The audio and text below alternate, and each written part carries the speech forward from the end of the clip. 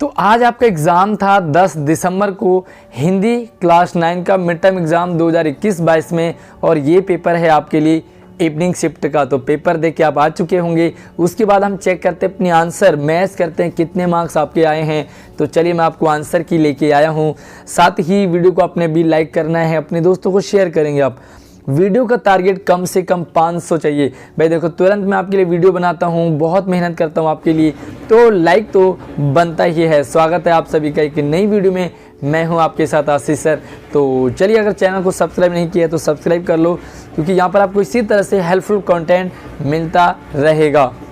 तो ये सामान्य निर्देश है आपके लिए। 3 खंड थे, टोटल आपको 54 प्रश्न थे इसमें, और आपको इसमें 40 ही करने थे। पहला आपके पास अपठित गद्यांश, और गद्यांश में आपको ध्यान रखना था 2 गद्यांश है आपके लिए, इनमें से एक ही करना है। और अगर आप मॉर्निंग शिफ्ट के हैं तो आप इस पेपर को ये देख सकते हैं कि मॉर्निंग शिफ्ट का कितना टफ था, इवनिंग शिफ्ट का कितना टफ था, और या कंपैरिजन भी कर सकते हैं। तो चलिए देखते हैं पूरा गद्यांश। और गद्यांश आपको पर्यावरण पर आधारित था, यानी कि किस तरह पर्यावरण को सेव कर सकते हैं, क्या क्या चीज़ें हम यूज़ कर सकते हैं जिससे पर्यावरण को हमारा नुकसान ना हो। पहला सवाल था आपके लिए कि प्रत्येक मनुष्य की पहली प्राथमिकता होनी चाहिए। तो सबसे जो पहली प्राथमिकता है, इसका आंसर है ख, यानी कि पर्यावरण की सुरक्षा। चलिए देखते हैं कितने मार्क्स आपके बनते हैं। और कल हमने जो लाइव आपके साथ वीडियो शेयर की थी, या हमारे चैनल से आपको कितनी हेल्प मिली, मुझे कमेंट भी अपना प्यारा सा सुझाव देते रहेंगे। दूसरा सवाल है, प्रदूषण से बचने के लिए हमने कौन सा विकल्प या उपाय अपनाया है। तो ये था आपके लिए इलेक्ट्रिक वाहनों का, और इससे हम पर्यावरण को बचा सकते हैं। तीसरा सवाल था, इनमें से कौन से वाहन अपेक्षाकृत अधिक महंगे होते हैं किंतु उनका पर्यावरण पर प्रभाव कम पड़ता है।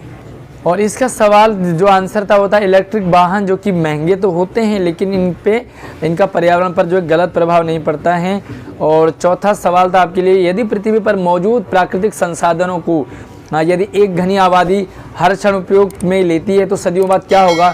तो देखो भाई, सदियों बाद क्या होगा, संसाधन कम हो जाएंगे, ज़्यादा हम उसका यूज करेंगे। तो पांचवा सवाल था, ईंधन रहित वाहनों का उपयोग करने से प्राप्त होने वाले लाभ इनमें से नहीं हैं।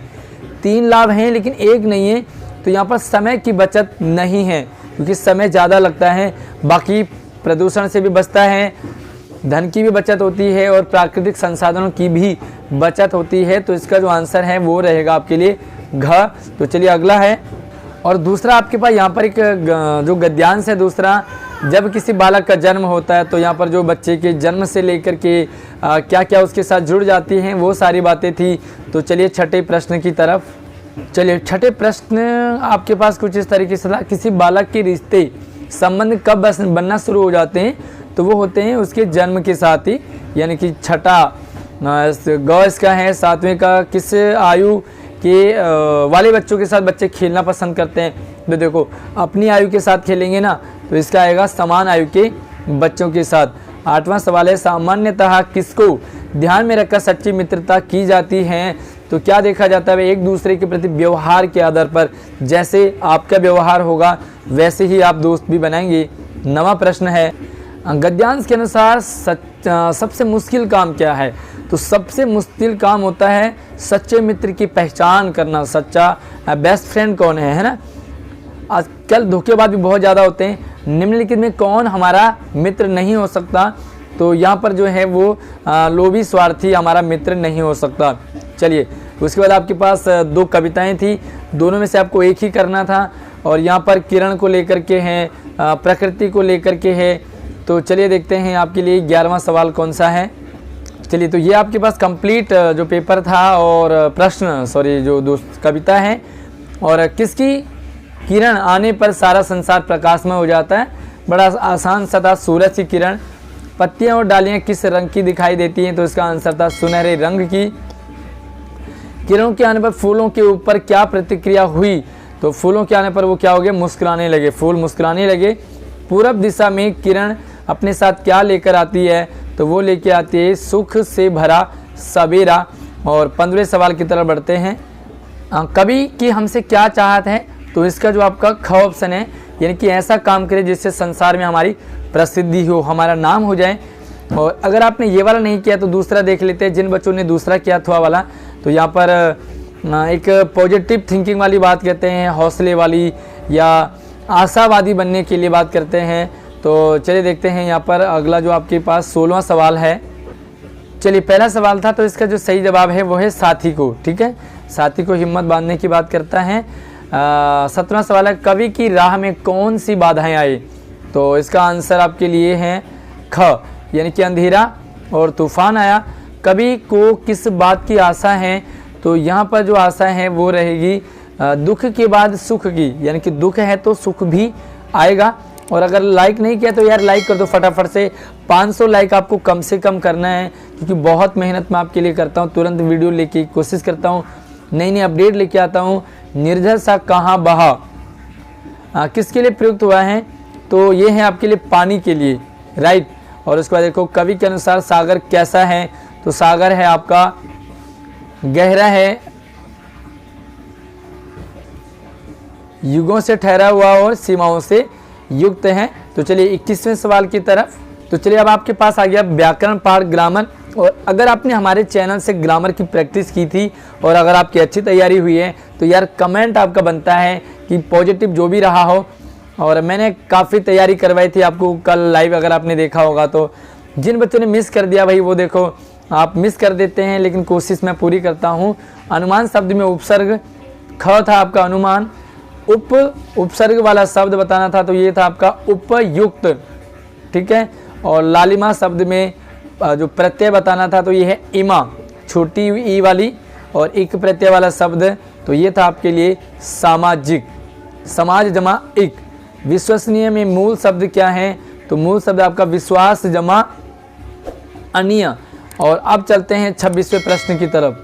चलिए अब आगे आपके पास समास से रिलेटेड, समास की भी कंप्लीट प्रैक्टिस मैंने आपको करवाई थी, साथ ही वीडियो भी डाले थे, हमारे चैनल पे हैं। तो विद्यालय शब्द में समास क्या है, तो समास है आपका विद्या का आलय। तो ये है आपके पास तत्पुरुष समास। ठीक है, तत्पुरुष समास है। 27वां सवाल देखते हैं। तो चलिए 27वां सवाल था कि यथाशीघ्र समस्त पद का सही समास विग्रह होगा। तो इसका ऑप्शन है ग, यानी कि जितना शीघ्र हो। ठीक है, तो चलिए यार वीडियो को लाइक तो आपका बनता है, फटाफट से लाइक 500 पार करना है लाइक। और महान है जो आत्मा का सही समस्त पद, तो ये है आपके लिए महात्मा। चलिए उसके बाद द्विगु समास का उदाहरण आपको बताना है। संख्या जिसके पहले होगा तो वो संख्या है चौराहा, यानी कि 4 राहों का समाहार।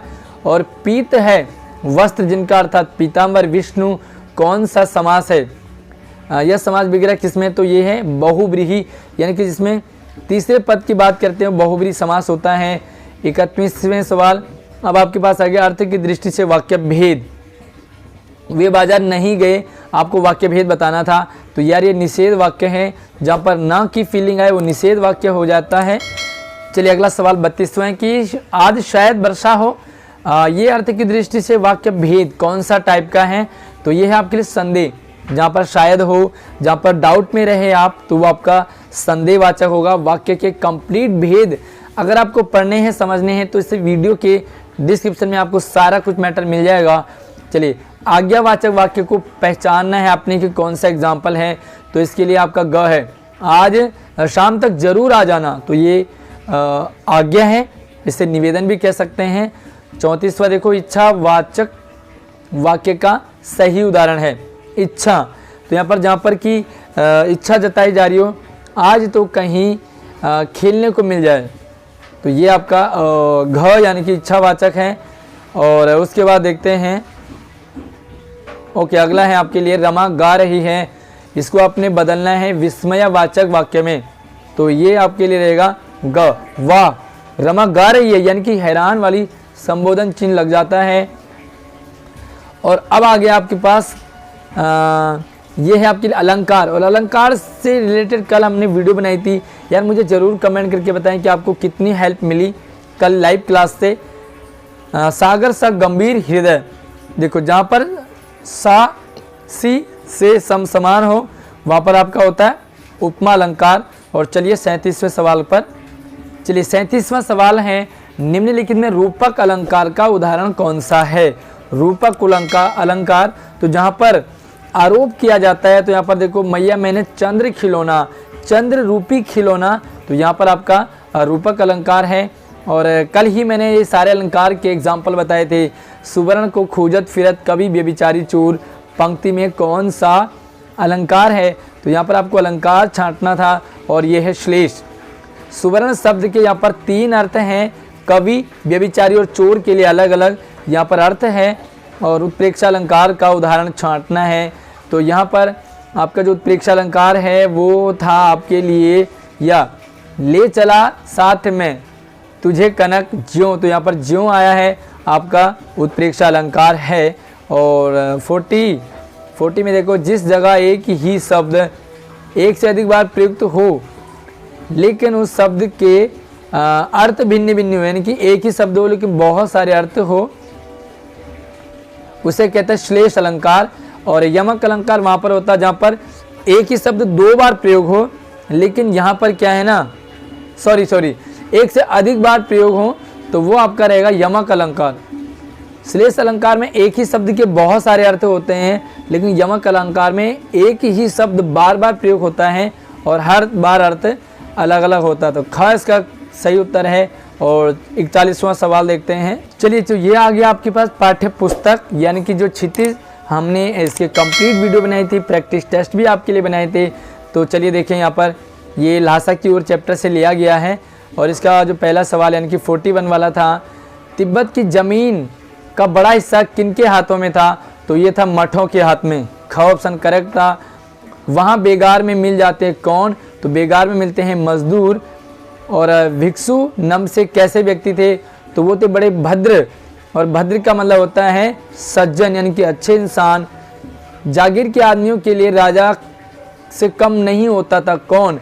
तो ये था आपके लिए खेती देखने वाला भिक्षु, यानी कि ख ऑप्शन आपका करेक्ट है।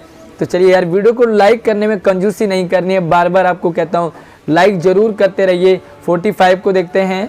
चलिए, भिक्षु नम से कौन थे? तो भिक्षु नम से कौन थे? शेखर की खेती के मुखिया थे, यानी कि ग ऑप्शन आपका करेक्ट है। और अब हम चलते हैं अगले प्रश्न पर। कांजी हौस क्या था? 2 बैलों की कथा के आधार पर बताइए। तो कांजी हौस था लावारिस पशुओं को रखने का स्थान। अगला सवाल है, 2 बैलों की कथा पाठ के नैतिक मूल्यों में निम्न शामिल नहीं है, यानी कि नैतिक मूल्य इसमें कौन सी बात आपको सीखने को नहीं मिली? तो देखो, एकता में शक्ति है, ये आपको सीखने को मिला। अपने साथ दूसरों की भी सोचना, हित की बात सोचना, ये भी है। मुसीबत के समय सिर्फ अपनी परवाह करना, ये नहीं है, तो यही आपका करेक्ट आंसर है। और आज़ादी बहुत बड़ा मूल्य है, ये भी था। तो ग आपका सही उत्तर है। और अब हम चलते हैं इसके अगले यानी कि 48 पर। और यहाँ पर मानस हो तो वही रसखानी, बसो ब्रिज गोकुल गाँव के ग्वारन, ये रसखान के सवैये से लिया गया है। तो चलिए देखते हैं अगला 48 वाला प्रश्न। तो 48 को देखते हैं कि रसखान सभी रूपों में ब्रिज क्षेत्र में क्यों बसना चाहते हैं? तो इसका सही जवाब है कृष्ण के प्रति अनन्य भक्ति के कारण, बहुत प्रेम करते थे कृष्ण से, इसलिए ग ऑप्शन आपका करेक्ट है। उसके बाद देखते हैं रसखान पशु के रूप में क्या बनना चाहते हैं? पशु के रूप में तो वो बनना चाहते हैं गाय, है ना। जो पशु हो तो कहाँ बसु मेरो, चरो नित नंद की धेनु मजारन, तो धेनु बनना चाहते हैं। इस पद्यांश में किस नदी का उल्लेख है? तो बड़ा आसान सा था, भाई यमुना नदी के किनारे है ना, तो यमुना नदी की बात हो रही है। पाहन शब्द का, तो पाहन हो तो वही गिरी को, यानी कि पत्थर बनो तो उसी गिरी, यानी कि पहाड़, तो पत्थर मतलब होता, पाहन मतलब पत्थर। और 52 की बात करें तो रसखान पक्षी के रूप में किस वृक्ष की डाली पर बसेरा करना चाहते हैं? इसका कदम्ब की, कदम्ब वृक्ष की डारन, है ना, कालिंदी कुल कदम्ब की डारन, तो कदम्ब यहाँ पर आंसर था। और 53 की बात करें, मानसरोवर से कवि का क्या अभिप्राय है? मानसरोवर, तो इसका जो सही जवाब है वो है मन रूपी पवित्र सरोवर, तो इसका ख ऑप्शन आपका करेक्ट है। 54 की तरफ चलते हैं। और 54 है, वाक में कवयित्री का घर जाने की चाह से क्या तात्पर्य है? कल की लाइव क्लास में ये सवाल एज इट इज मैंने आपको समझाया था, पढ़ाया था। ईश्वर से मिलने की चाह, घर जाने की चाह है। तो कितने मार्क्स आपके बने? 40 में से मुझे कमेंट करके ज़रूर बताएं। और साथ ही एक प्यारा सा आपने मुझे कमेंट करना है कि आपको हमारे चैनल से पढ़ने पर कितनी हेल्प मिली, कितना आपको सपोर्ट मिला ग्रामर में, क्षितिज में, और इसी तरह से आपको नेक्स्ट सेकंड सेमेस्टर में आपको हमारे इस चैनल पर अच्छे तरीके से पढ़ाई करवाई जाएगी। पूरे 40 में से 40, 100 में से 100 दिलाने की मेरी गारंटी रहेगी। बस चैनल को सब्सक्राइब करते रहिए, इसी तरह लगातार पढ़ते रहिए। और हाँ, एक प्यारा सा कमेंट, साथ ही कितने बच्चों के 40 में से 40 आ रहे हैं, आपको मिलेगा मेरा एक व्हाट्सअप नंबर, जिस पे आपको एक अपनी छोटी सी वीडियो शेयर करनी है, जिसमें कि आप अपना एक्सपीरियंस शेयर करेंगे हमारे चैनल पर आपको पढ़ने में कितना अच्छा लगा और कितना सपोर्ट आपको मिला। तो चलिए अगली वीडियो में अगली अपडेट के साथ मिलते हैं, तब तक आप अपना ख्याल रखेंगे। जय हिंद।